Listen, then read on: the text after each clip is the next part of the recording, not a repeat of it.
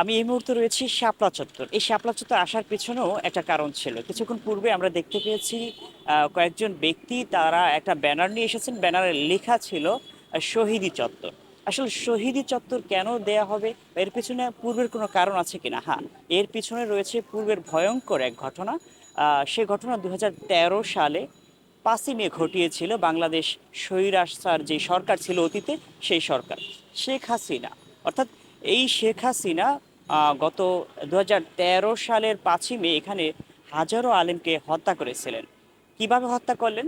বাংলাদেশের সবচেয়ে বড় আলেম এবং সিনিয়র আলেম ওনাকে বলা হয়, বাংলাদেশ হাটহাজারী।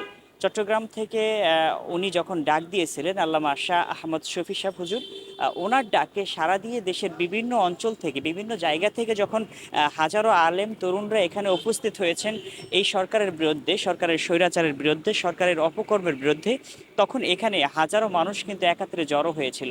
এবং সেই মানুষ যখন একাত্রে জড়ো হয়, তখন এক প্রকার বলা যায় যে সরকারের থমথমে অবস্থা ছিল এবং পদত্যাগেরও একটা উপক্রম হয়েছিল তখন।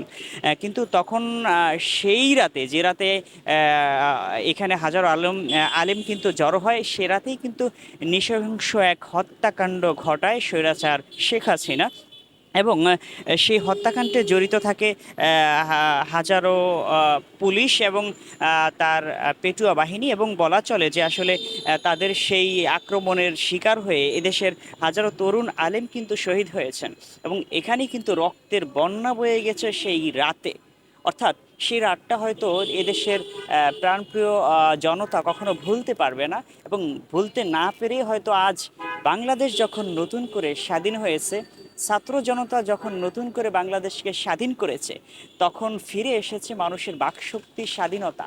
এই সেই স্বাধীনতা থেকেই হয়তো বা হেফাজতুল ইসলামের তরফ থেকে তারা এই জায়গাটাকে, অর্থাৎ শাপলা চত্বরকে শহীদ চত্বর হিসেবে তারা দেখতে চায়। এবং তাদের কাছ থেকে কথা বলে যেটা জানতে পেরেছি, তারা আসলে বলছেন যে এই জায়গাটা শহীদ চত্বর তারা আবেদন করছে, সরকার যদি চায় তাদের আবেদন রাখতে পারে। এবং হাজারো আলেমের প্রাণের বিনিময়, শহীদদের প্রাণের বিনিময় এই জায়গাকে নতুন করে শহীদ চত্বর হিসেবে তারা দেখতে চায়। এত তাদের মতামত ছিল সর্বশেষ, এবং তারা আমাদেরকে এটাই জানিয়েছিল। তকি খান, নিউজ 9, ঢাকা।